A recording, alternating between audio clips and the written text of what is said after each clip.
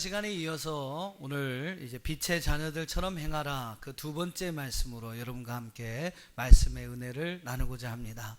자, 지난 시간에 우리가 에베소서 5장 8절부터 13절 말씀을 중심으로 해서 빛의 자녀들처럼 행하는 세 가지의 삶을 함께 살펴봤습니다. 여러분 다 생각나실 거를 믿습니다. 제가 믿음이 얼마나 좋은지 몰라요.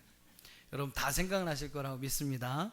자, 에베소 5장 9절에서 뭐라고 얘기했습니까? 빛의 자녀들처럼 행하는 삶이 뭐라고 말씀드렸죠? 첫째는 빛의 열매를 가진 삶이다. 착함과 의로움과 진실함의 열매가 우리의 삶에 있어야 한다. 또 10절을 얼른 봐보세요. 10절에서 뭐라고 그랬습니까? 주를 기쁘시게 하는 삶을 살아야 한다. 무엇이 주를 기쁘시게 하는지를 우리가 생각하고 그 일을 행해야 한다. 또 11절로 13절에서는 뭐를 이야기했습니까?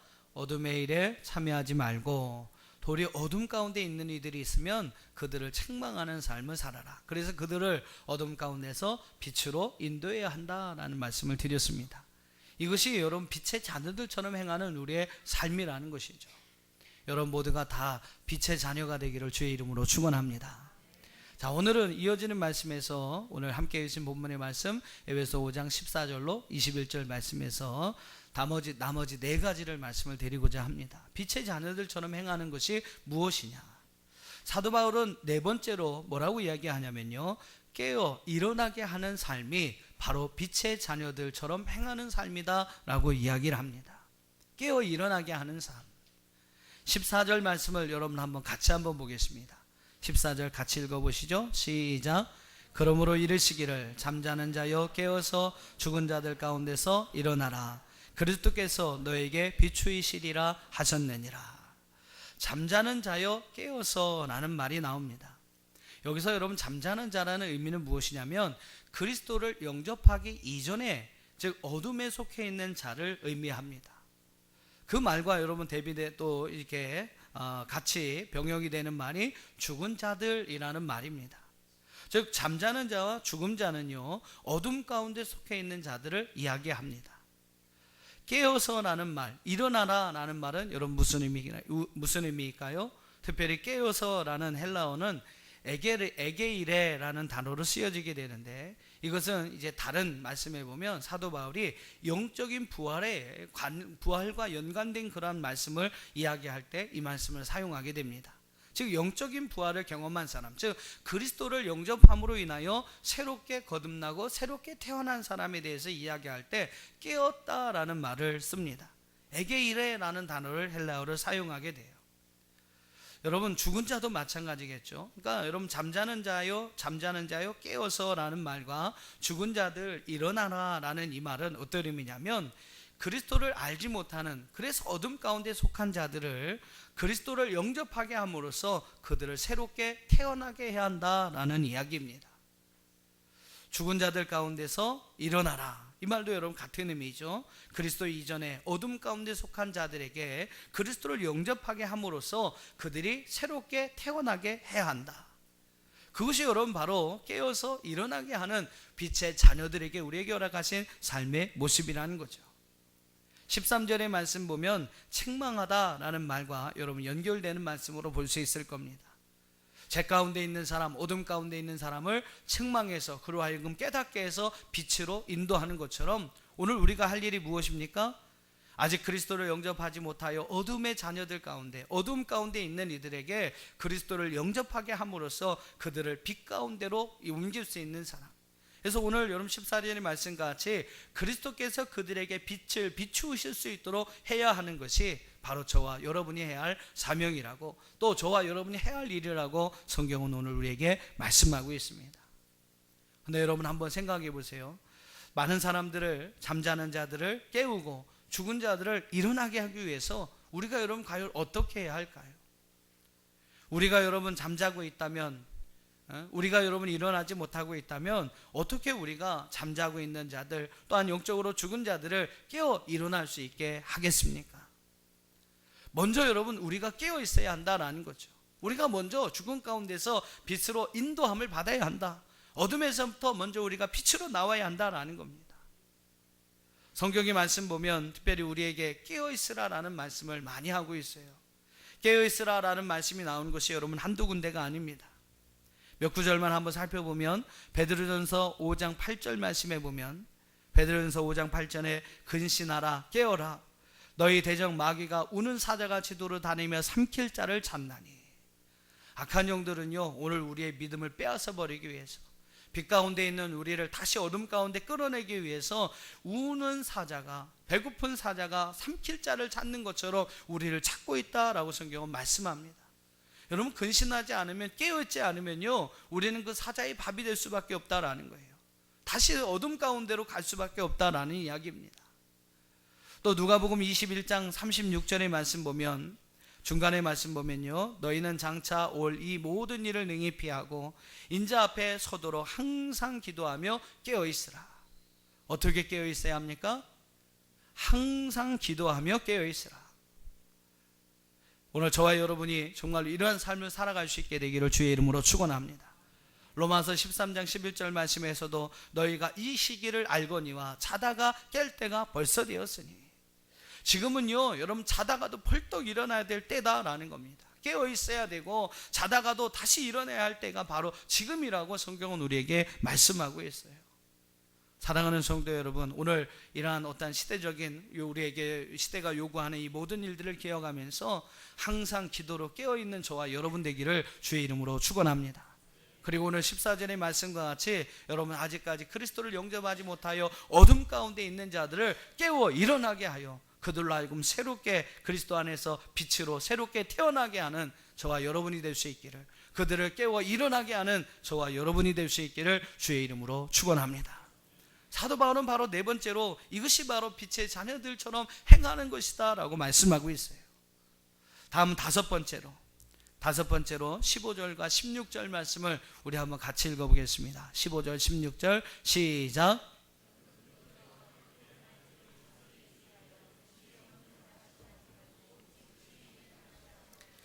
세월을 아끼라 때가 악하니라. 빛의 자녀들처럼 행하는 삶이 무엇입니까? 다섯 번째는 바로 세월을 아끼는 삶을 살아라 라고 성경은 말씀합니다. 이것이 바로 여러분 지혜 있는 자의 삶이고요, 이것이 바로 빛의 자녀들처럼 행하는 삶이다 라고 사도 바울은 이야기합니다. 16절 말씀에 세월을 아끼다라는 그 말에 헬라어 단어는요 엑사고라 조메노이라는 그런 단어로 쓰여지게 됩니다. 제가 이렇게 좀 헬라어 원어를 굳이 막 여러분 찾아갖고 말씀을 드리는 이유가 있어요. 이것도 저도 막 이게 한글로 된 사전이 없어서 영어로 된 사전을 찾아갖고, 또 영어 제가 또 딸리니까 막 또 영어 사전을 찾아갖고 막 제가 어렵게 찾아서 여러분에게 말씀을 드리는 이유가 있습니다. 그건 제가 헬라어를 안다, 배웠다라는 거 여러분 자랑하기 위해서가 아니라 어떻게 하면 여러분에게 좀 본문이 정말로 뜻하는 그 의미를 정확하게 좀 전달할 수 있을까. 그래서 제가 고민을 하다가 이게 한번 원어의 어떤 뜻을 찾아보고자 했던 겁니다.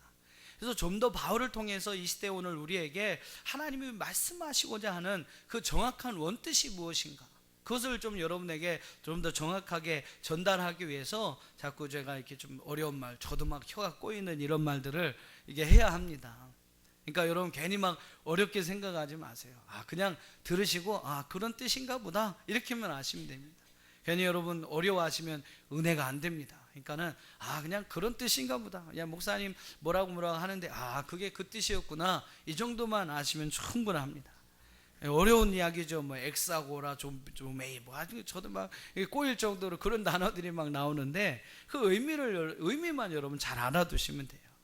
그 의미가 뭐냐면 아끼라라는 단어의 여러분 원의 의미를 찾아보니까 무엇인가 돈을 주고 사우다, 속량하다라는 의미를 가지고 있습니다. 신약 성경에서 보면 율법으로부터 우리를 구속하여 주신 그 예수 그리스도의 사건에 관해서 이야기할 때 이 단어를 특별히 많이 씁니다. 그러니까 여러분 세월을 아낀다라는 말이 무슨 의미냐면요, 세월을 돈 주고 사와라 라는 겁니다. 여러분 돈을 물 쓰듯 시간 쓰듯 쓰는 분이 있을까요? 그런 분은 없을 겁니다. 근데 여러분 성경은 뭐라고 이야기하냐면 세월을 돈을 주고 사와라 라는 거예요. 그러니까 여러분 돈을 쓰듯이 여러분 시간을 사용하라 라는 의미입니다. 또 다른 말로 영적으로 얘기하면 그런 겁니다. 잘못 살아온 어떤 우리의 인생의 길을 또한 제약에 빠져서 허우덕거며 타락 가운데 빠져왔던 우리의 모든 시간들을 돈을 주고 다시 사와라 라는 거예요. 값을 치르고 그것을 사와서 바르게 고치는 삶을 살아가라 라는 겁니다. 칼빈은요, 이 말씀을 뭐라고 해석하냐면 마귀에게 빼앗긴 시간을 찾아와라 라고 이야기를 했습니다. 또 16절 말씀에 보면 사도 바울은요, 세월을 아껴야 하는 이유를 뭐라고 이야기합니까? 세월을 아껴야 하는 이유를 때가 악하다라고 이야기를 합니다. 여러분, 자칫 잘못하면 하나님께서 우리에게 주신 이 축복, 이 시간이라는 엄청난 은혜와 축복을 악한 영들에게, 사단에게 너무 쉽게 빼앗길 수 있다라는 겁니다. 그러니까 여러분, 사도 바울은 뭐라고 엄멸을 하냐면 세월을 아껴라 라고 이야기합니다. 돈을 주고 그 시간을 다시 찾아와서 돈을 쓰듯 그 시간을 사용하라 라고 이야기를 합니다. 그럼 얼마나 여러분 정확한 표현입니까? 그 시대나 뭐 지금 시대나 이 돈을 좋아하는 것은 사람들이 다 마찬가지인 것 같아요. 그러니까 사도 바울은 뭐라고 얘기냐면 여러분, 시간을 돈 쓰듯 쓰다라는 거예요. 너무 이렇게 분명한 얘기 아닙니까? 시간을 돈 쓰듯 한번 여러분 써보세요. 그럼 그것이 여러분 우리에게 있어서 철저한 시간 관리가 된다라는 겁니다. 하나님은 우리 모두에게 하나님의 시간을 주셨습니다. 그리고 그 시간을 잘 관리할 책임을 우리 모두에게 부여하여 주셨어요. 우리가 여러분 이 시간을 하나님을 위해서 쓸 수도 있고요, 여러분 자신의 쾌락을 위해서 쓸 수도 있습니다. 근데 우리는 보통 여러분 어떻습니까? 저도 이제 설교 준비를 하면서 제가 한번 생각해보고 저도 많은 깨달음을 얻게 됐는데, 저도 그렇더라고요. 하나님을 위해서 쓰는 시간은 핑계가 많습니다. 피곤하니까, 또 뭐 해야 되니까, 이유도 많습니다. 하나님을 위해서 드려야 하는 그 일이나 그 시간에 대해서는 핑계도 많고 이유가 많아요. 근데 내 자신을 위해서 쓰는 시간은요, 정말로 간대합니다. 뭐 말이 없어요. 그만. 이거 나를 위한 거니까, 건강을 위한 거니까. 그러면서 너무나 관대하더라라는 겁니다. 여러분도 여러분 혹시 그렇지 않습니까? 하나님을 위해서 여러분 얼만큼 관대하게 여러분의 시간을 사용하고 계십니까? 저도 설교를 준비하면서 많은 회개를 했습니다만, 세상 향락을 위해 쓰는 시간은 많지만, 내 자신을 위해서 쓰는 시간은 많지만, 내가 정말로 주님을 위하여 구별되어 드리는 시간은 정말로 적었다라는 겁니다. 얼마 안 되는 시간을 주를 위해 드리면서도 제가 얼마나 생색을 냈는지 몰라요. 바로 그러한 잘못된 시간을, 여러분 시간 관리를 고치라라는 것이 바로 오늘 말씀이 주는 15절과 16절 말씀이 주는 또 하나의 교훈인 것입니다. 빛의 자녀들은요, 시간 관리를 철저히 해야 합니다. 하나님께서 우리에게 주신 그 시간을 잘 아끼고 그 시간을 선용해서 정말로 그 시간을 하나님을 위해서, 여러분의 진정한 발전을 위해서, 또 여러분 사명 감당하는 모든 일을 위해서 활용해야 한다라는 거예요. 빛의 자녀들은 그렇게 시간 관리를 잘 해야 한다라는 겁니다. 여러분 보통 하루가 몇 시간입니까? 이렇게 제가 여쭤보면 보통 다 24시간입니다 이렇게 이야기를 합니다. 우리는 다 24시간이라고 시간을 생각하며 살고 있는데요, 정말로 여러분 24시간, 하루를 24시간 살아가고 계십니까? 아니라는 거예요. 실제로 여러분 우리 안에 의미 있는 시간은요, 하루에 24시간도 안 된다, 24시간이 아니라 몇 시간밖에 안 되더라라는 겁니다. 미국의 시간관리 전문가인 마이크 포티노라고 하는 분이 수백 명의 사람들을 대상으로 수년 동안 조사를 하고 어떤 결과를 냈냐면요, 그 연구조사에 따르면 미국인들 기준입니다. 미국인들 기준으로 해서 평균 70세를 산다고 가정했을 때 그들의 70평생 동안에 5년 동안은요 줄 서는 데 시간을 보낸다고 합니다. 줄 서는 데 5년 동안 시간을 보내고 6개월 동안은 신호등을 대기하는 시간 앞에서 6개월의 시간을 보낸다고 해요. 우편함을 열어보는데 8개월의 시간을 보내고요, 잃어버린 물건을 찾는데 1년이 걸린다고 합니다. 우리 집사람 같으면 2년이 걸릴 것 같아요. 자리에 없는 사람을 찾아서 전화를 바꿔주는데 2년의 시간을 허비하고요, 가정주부나 이런 분들은 가사일을 하는데 6년 정도의 시간을 보낸다고 합니다. 더 중요한 건 뭔지 아세요? 먹는데 7년을 보낸답니다. 저는 한 10년, 솔직히 보면 저는 한 10년.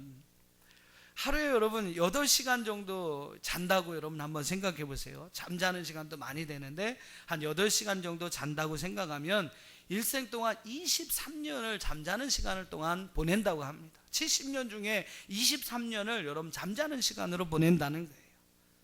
먹고 자고 줄 서고 기다리고 전화 바꿔주고 물건 찾고 여러분 이런저런 모든 시간을 다 합치면 거의 43년에서 45년의 시간이 된다라는 거예요.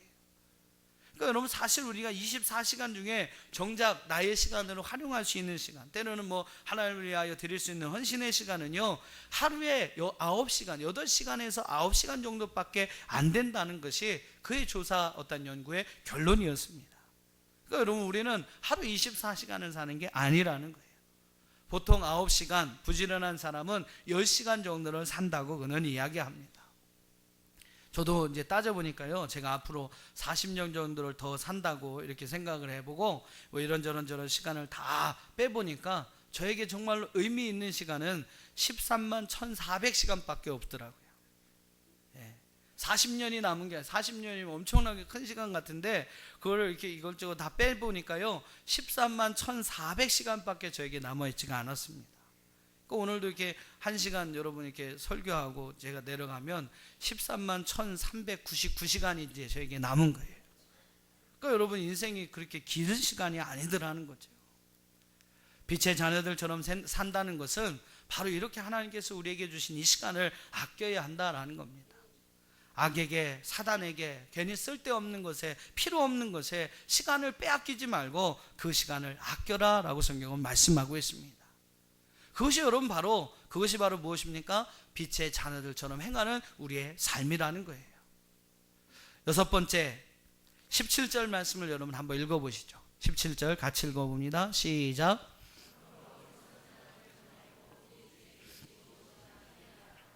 자, 6번째는 뭡니까? 주의 뜻대로 행하는 삶을 살아라. 빛의 자녀들은 주의 뜻을 찾아서 그 뜻대로 행하는 삶을 살아야 한다라고 이야기를 합니다. 이해하다, 오직 주의 뜻이 무엇인지 이해하라라는 말에 헬라어 단어는 쉬니에테라는 단어가 쓰여집니다. 이것의 의미를 찾아보니까요, 어떤 것에 마음을 기울여 파악하다, 노력을 쏟아붓다 라는 뜻으로 되어 있습니다. 즉 여러분 빛의 자녀들은 주의 뜻이 무엇인지 더 마음에 기울여야 한다라는 거예요. 여러분의 뜻보다는 하나님의 뜻이 무엇인가에 더 마음을 쏟아야 하고요, 주의 뜻이 무엇인지 그 뜻에 더 많은 여러분 힘과 수고와 노력을 기울여야 한다라는 겁니다. 그러니까 여러분 그렇게 살아가고 계십니까? 주의 뜻을 알기를 여러분 더 원하고 주의 뜻대로 살기를 더 원하고 살아가고 계시나요? 여러분 주의 뜻이 무엇인지를 아는 것, 그것도 여러분 중요하지만 그 뜻대로 행하는 것이 중요합니다. 빛의 자녀라면 하나님의 뜻이 무엇인지를 알고 여러분 그 뜻대로 행해야 한다라는 거예요. 세상에서 어리석은 사람이 어떤 사람일까요? 시편 14편 1절 말씀해 보니까 어리석은 자는 그의 마음에 이르기를 하나님이 없다 하는도다. 그들은 부패하고 그 행실이 가증하니 선을 행하는 자가 없도다. 하나님이 없다고 생각하고요, 그냥 막 부패한 삶을 살고 그 행실이 가증하고 선을 행하지 않는 여러분 그런 삶을 살아가는 사람이 바로 어리석은 사람이다 라고 이야기를 합니다. 반대로 여러분 지혜로운 사람은 어떤 사람입니까? 하나님이 살아계신다는 것을 믿고요, 하나님이 나와 함께 계신다는 것을 믿고 하나님의 뜻대로 살고자 하는 사람, 여러분 그 사람이 바로 지혜로운 사람인 줄로 믿습니다. 오늘 바울이 말한 대로 얘기하면 바로 그런 사람이 빛의 자녀된 삶을 그러한 살아가는 사람의 모습이라는 것이죠. 사랑하는 성도 여러분, 하나님이 여러분과 함께 계심을 믿으시길 바랍니다. 그리고 이제는 그분이 뜻대로, 그분이 원하시는 대로 여러분의 삶을 살아갈 수 있게 되기를 주의 이름으로 축원합니다. 우리에게 원하시는 하나님의 뜻이 여러분 무엇일까요? 성경에서 이런 몇 구절을 통해서 하나님의 뜻이 무엇인지를 찾아보았습니다. 데살로니가전서 5장 16절로 18절, 여러분 잘 아시는 말씀입니다. 같이 읽어보시죠. 시작.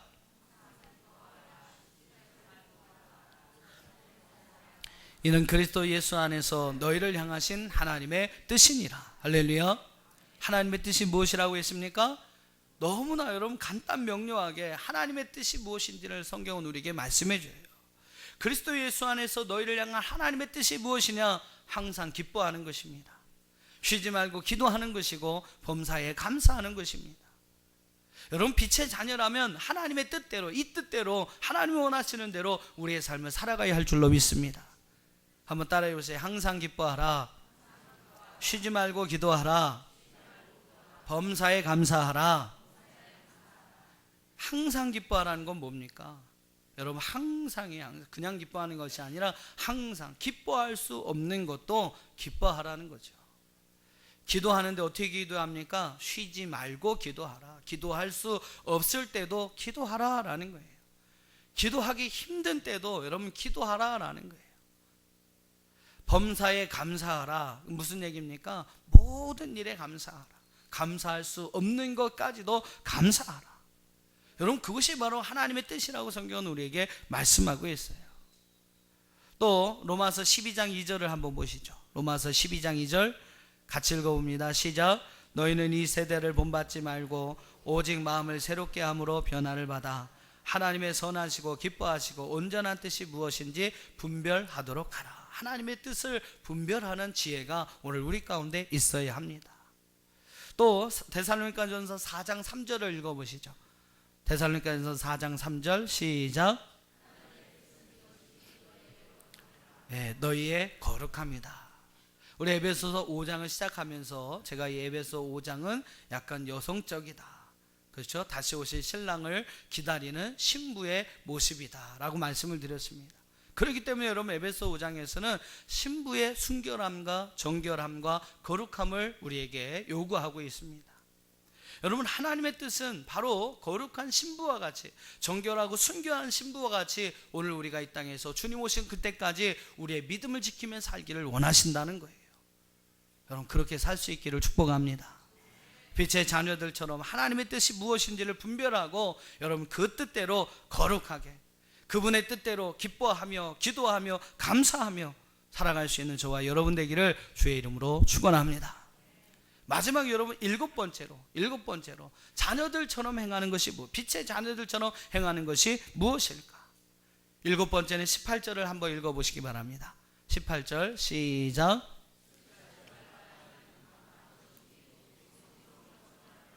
성령으로 충만을 받으라. 바로 여러분, 성령으로 충만한 삶, 이것이 바로 빛의 자녀들의 행하는 삶이라는 거죠. 사도 바울은 18절에 보니까 먼저 술 취하지 말라라고 이야기를 합니다. 당시에 여러분, 이 에베소라고 하는 지역은요, 해안가에 있는 지역이기 때문에 무역이 이렇게 활발했던 지역이었습니다. 그래서 어느 소아시아 지역보다 큰 도시였죠. 번화한 도시였고, 이제 뱃사람들이 왔다 갔다 하는 그런 지역이니까 방탕과 향락, 어떠한 성적인 타락, 술 취함, 이런 것들이 가득한 도시가 여러분 바로 에베소였습니다. 막 방탕함과 타락에 빠져서 술에 빠져서 사는 이들이 많이 있었어요. 특별히 여러분, 에베소 지역에는 술신을 섬기는 이들이 있었습니다. 그 술신 이름이 여러분 뭔지 아세요? 바카스입니다. 바카스. 예, 바카스 센 거 있습니다. 바카스. 그 바카스 신이 여러분 그 당시 에베소 지역에서 사람들이 술신으로 섬겼던 신의 이름이에요. 그들은 여러분 술 취한 것을 어떻게 보면 자랑으로 여겼습니다. 그러니까 막 술에 취해서 비틀비틀 이렇게 거리며 다니는 것을 일종의 어떤 자랑으로 삼기도 했던 지역이 바로 에베소 지역이었습니다. 그러니까 여러분 막 술 취해도 부끄러운지 모르는 거예요. 왜냐하면 이게 하나의 자랑이었거든요. 그러니까 바울은 그런 모습을 안 좋게 여겼던 겁니다. 안 좋게 여기도 되고, 한편으로는 그 어떤 술 취한 자들의 모습을 통해서 또 좋은 이러한 모습을 이렇게 발견해서 그 모습에 그 술 취한 것처럼 성령의 충만함을 받아라. 오늘 성령의 충만을 받으라 그랬습니다만 원어적인 표현을 보면 성령으로 취하라라는 이야기입니다. 즉 바울은 술 취한 것을 자랑하지 말고 성령에 취하라라고 말씀하고 있어요.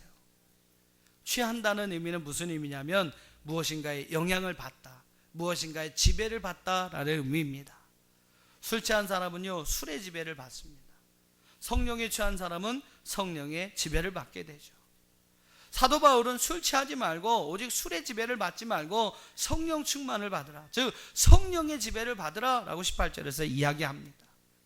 그리고 19절 말씀부터 21절 말씀에 보면 성령에 취한 삶이 어떤 삶의 모습인지를 그는 이야기하고 있어요. 5개의 분사가 나오는데, 동사가 나오는데 그 동사를 통해서 성령에 취한 삶이 무엇인지를 우리에게 말씀하고 있습니다. 19절로 21절에 보면 그런 이야기가 나오죠. 여러분 혹시 술 취한 분을 보신 분이 계십니까? 제가 취한 적이 있는데요. 그러시면 좀 곤란합니다. 그러시지 마시고, 여러분 술 취한 분 혹시 보신 적 있으실 거예요. 많이 보셨을 거예요. 술 취한 분들을 보면요, 막 대부분 노래를 이렇게 막 부릅니다. 노래를 불러요. 이게 이상하게 그 강아지도 자기 구역이 있거든요. 그것처럼 그것 때문에 모르겠지만, 이제 다른 동네에서는 크게 노래를 안 부르는데 자기 동네에 이렇게 딱 접근하면 그때부터 막 목소리가 커집니다. 큰 소리를 내요. 평소에는 막 큰 소리도 못 내셨던 소극적인 어떤 성격을 가지신 분도 이게 딱 한 잔 들어가서 취하면 어떻습니까? 그때부터 막 목청이 커지면서 그냥 막 무슨 노래 흘러간 옛 노래부터 해서 뭐 다 나옵니다. 막 동네가 막 떠나갈 정도로 막 노래를 부르는 분들이 또 있지요. 그러면 이제 부인들이 어떻게 합니까? 여자분들이 막 나와갖고 막 두들겨 패면서 내가 동네 창피해서 못 살아. 원래는 그 남편이 창피한 건데요, 그죠? 근데 왜 동네가 창피하다고 그랬는지 잘 모르시겠지만 막 두들겨 패면서 내가 이거 못 산다고, 동네가 창피해서 못 산다고 막 그러면서 이제 집으로 끌고 갑니다. 막 끌려가면서도 뭐가 그렇게 좋은지 막 노래를 부르시고 막 그래요. 근데 그런 모습은 여러분 우리나라나 그 당시 바울 시대 에베소 지역의 사람들의 모습이나 마찬가지였던 것 같습니다. 자, 19절을 한번 보세요. 19절 말씀에 보면 바울은 이렇게 이야기합니다. 같이 한번 읽어보시죠. 시작. 시와 찬송과 신령한 노래들로 서로 화답하며 너의 마음으로 주께 노래하며 찬송하며. 술에 흥얼거리는, 취해서 흥얼거리는 사람들은 세상의 노래를 부르며 흥얼거리는 거죠. 근데 여러분 바울은 그것의 어떤 모습을 빗대어서 너희들은 시와 찬송과 신령한 노래로 취하여서 서로 화답하고 노래하고 찬송해야 한다라고 이야기를 합니다. 시라는 말은요, 헬라어로는 프살모이스, 즉 구약의 시편을 이야기합니다. 그리고 시편의 어떠한 그러한 의미를 가지고 지어진 찬양의 노래를 가리켜서 시라고 우리말로 번역했어요. 찬송은 우리말로 얘기하면 이제 여러분 부르는 찬송가를 의미하는데, 원래는 신이나 영웅들을 찬양할 때 불렀던 노래를 의미합니다만, 이것이 이제 초대교회 때부터 삼위일체 하나님에 대한 영광의 찬송으로 바뀌게 됩니다. 그러니까 여기서 여러분 찬송이라고 하는 것은 삼위 하나님에 대한 그러한 영광의 찬송을 이야기하죠. 신령한 노래는 헬라어로는 오다이프, 푸뉴마티, 카이스라는 단어 쓰여 있는데, 세속적인 어떤 노래와 반대되는 개념으로서 성령의 영감을 받은 사람이 만들고 지은 노래, 그래서 불려진 노래를 가리켜서 신령한 노래들이라고 쓰여지게 됩니다. 즉 여러분 성령에 취한 사람은 어떻게 해야 돼요? 바로 이러한 시와 찬미와 신령한 노래도 화답하고 노래하고 찬송해야 한다. 한마디로 얘기하면 뭡니까? 성령에 취한 사람은 그 입에서 찬송이 흘러 넘쳐야 한다는 거예요. 또 술 취한 사람의 특징이 있습니다. 술 취하면요, 대부분 사람들이 그래요. 긍정적이 되고 관용적이 됩니다. 술 취한 분들이 여러분 이야기하는 걸 들어보세요. 뭐 성인군자가 따로 없습니다. 이제 권하게 취하면 이제 서로 좀 이제 옛날 얘기, 서운했던 얘기를 하죠. 아, 그럼 뭐 그런 거 같고 그래. 그러면 한 잔 탁 따라서 착 하고 마시면 그냥 거기서 쫙 해결이 되는 거예요. 보통 그렇습니다. 근데 나중에 술 깨면 또 다시 원수가 되는 경우도 많이 있습니다만, 하여튼 술에 취한 상태에서는요 다 이해가 됩니다. 얼마나 막 관용적이고 얼마나 긍정적인지 몰라요. 이것이 어떻게 보면 술 취한 이들의 좋은 하나의 특징입니다. 엄마 아빠가 이렇게 술 드시고 오시면 아이들이 제일 좋아한대잖아요. 왜요? 막 나와요. 막 나오니까 주머니에 아빠 뭐가 필요해? 그래. 야, 옛날엔 그렇게 좀생이었던 아빠가 술만 채면 막 나오니까 술 채고 올 때를 기다리는 자녀들이 있답니다. 하여튼 뭐 그렇습니다. 이렇게 관용적이고요. 사람이 이렇게 좀 뭐라고 할까? 긍정적이 되고 그러는 거예요. 바울도요 20절과 21절 말씀을 해서 그렇게 이야기합니다. 20절과 21절을 같이 읽어보시죠. 시작. 범사의 우리 주 예수 그리스도의 이름으로 항상 아버지 하나님께 감사하며 그리스도를 경외함으로 피차 복종하라.